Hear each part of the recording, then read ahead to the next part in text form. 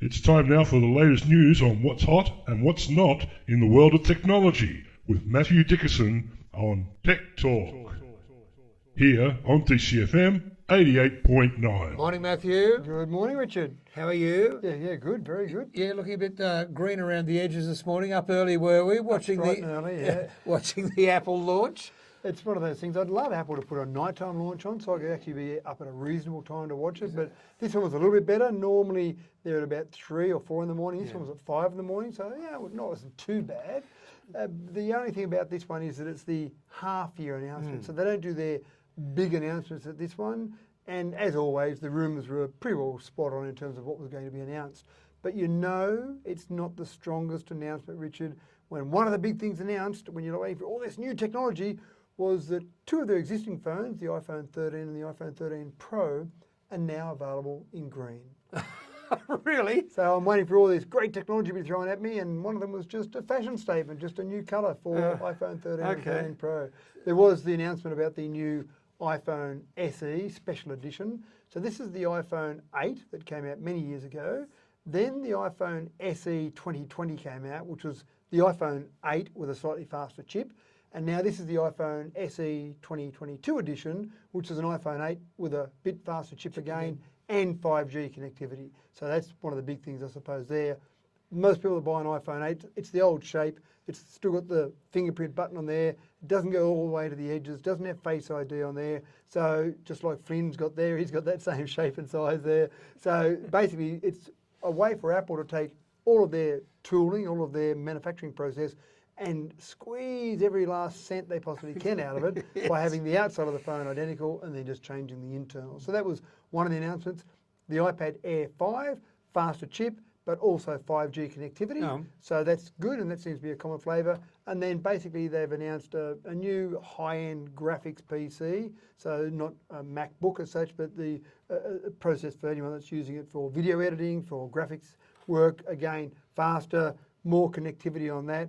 And then also a new screen, a 27-inch 5K screen, camera built in. So basically a couple of announcements there, and the green iPhone 13 and 13 Pro. Huge screen. Considering 27-inch, yeah. To carry it around. Well, it's not a portable one, obviously. It's just designed to be, again, the focus was more, I suppose, from those perspectives on sitting there doing work at a desk. So nice big screen. And you can have multiple monitors hooked up with the new Mac Pro. So effectively you've got the ability to do all that graphics work with multiple screens, and obviously they'd like you to have those nice big 27-inch screens. Yeah, fair enough, yeah. So a bit underwhelming, but we knew it wasn't going to be major announcements. Nothing revolutionary, more evolutionary. Now, we're going to the bedroom. And there's always exciting things happening in the bedroom. And this one is a new electronic device designed to be used in the bedroom. For what?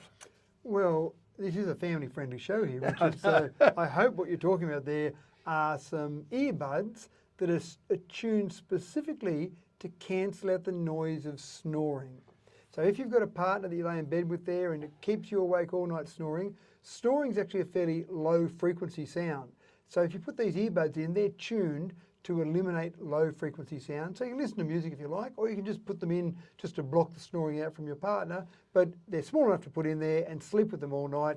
They've got enough battery life to get you through the night, and you might just have a better sleep with your partner snoring beside you. There'll be thousands of people wanting to know where to get these right now. Are they available in Australia? Available right now. Go online and order them. Yep. Basically, it's just one of those earbuds. There's lots of earbuds out there, but these ones are specifically for snorers. Yeah, I could see people cheering all over the place. That's and right. I could see an overload. I could see an overload on the internet at the present time. That really is a good invention. It is, absolutely right. And there's lots of things that people try and do for snoring. They have chin straps, or they put mouth guards in, all sorts of things that people try and do.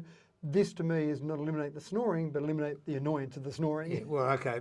Just hope they stay in all night, and when you roll over, they don't fall out of your ear. But anyway, people can work that out. Yeah. This is terrific. With petrol going through the roof, I mentioned yesterday in France, euro $2.09, which translates to about $3.10 Australian. We're going well over the $2 mark now for 95 and 98, and it won't be long before we have E10 at $2 and $2.10. Time for electric car, isn't it? Absolutely, and we've talked about it before. It's been time for electric cars for some years now, but you're getting more and more manufacturers coming into the mix. And the real question for me is the best way to make an electric vehicle to have a traditional car manufacturer and then add on all the electronics that you need for that, or take a whole bunch of the electronics and add on some wheels to it?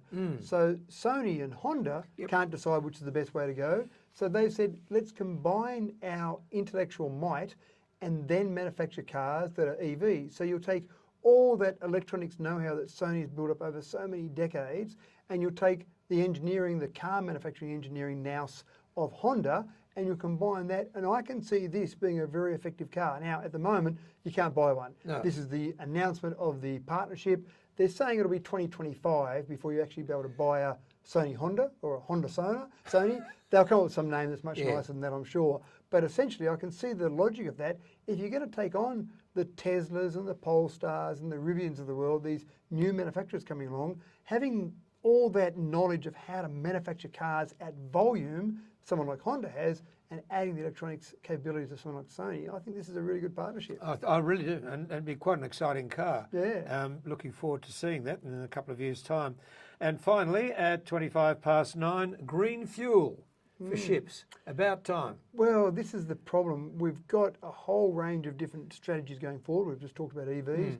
Shipping around the world accounts for about 3% of all the greenhouse gases we produce. But you can't shut down shipping tomorrow. That will cruel the world's economy. So what you've really got to do is try and work out some way of getting the fuel they use a bit greener. Now, electric ships, probably not relevant because you just have so much drag in a ship going through the water.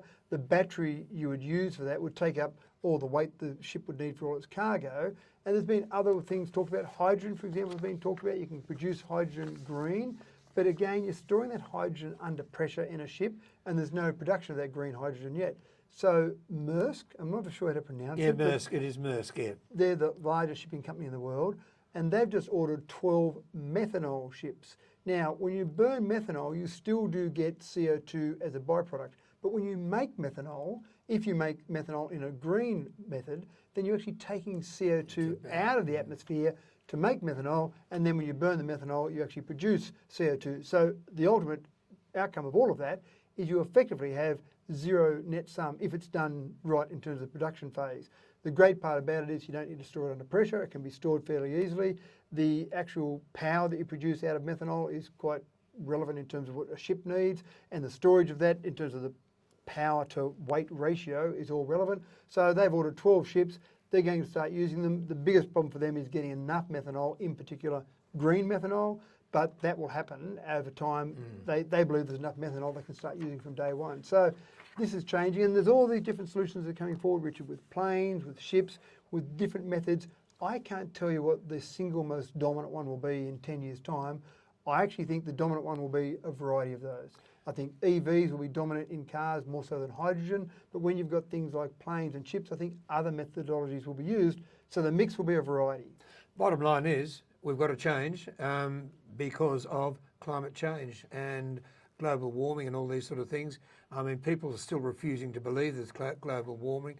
Well, those people don't listen to your radio station. Your listeners are more intelligent, Richard. It's exactly. And I've got to say here that I am in the process of producing a podcast of 26 episodes on global warming. We'll do more about that as the days go on. So I'm a busy boy, and you may not see me on the air for a couple of weeks, probably in April, while I'm putting all this together, because it's just such a huge project. Yeah, right. I'm doing it in a relationship with 2 universities. Okay, good. So I thought I'd announce that this morning on Tech Talk. That's my bit of Tech Talk. Yeah, right. Well, the more discussion about it, the Yes. more we'll start to come up with solutions. And that's, I think now the world's gotten to the point where we accept its reality, but we need solutions. And that's the big challenge going forward. Yep, it is indeed.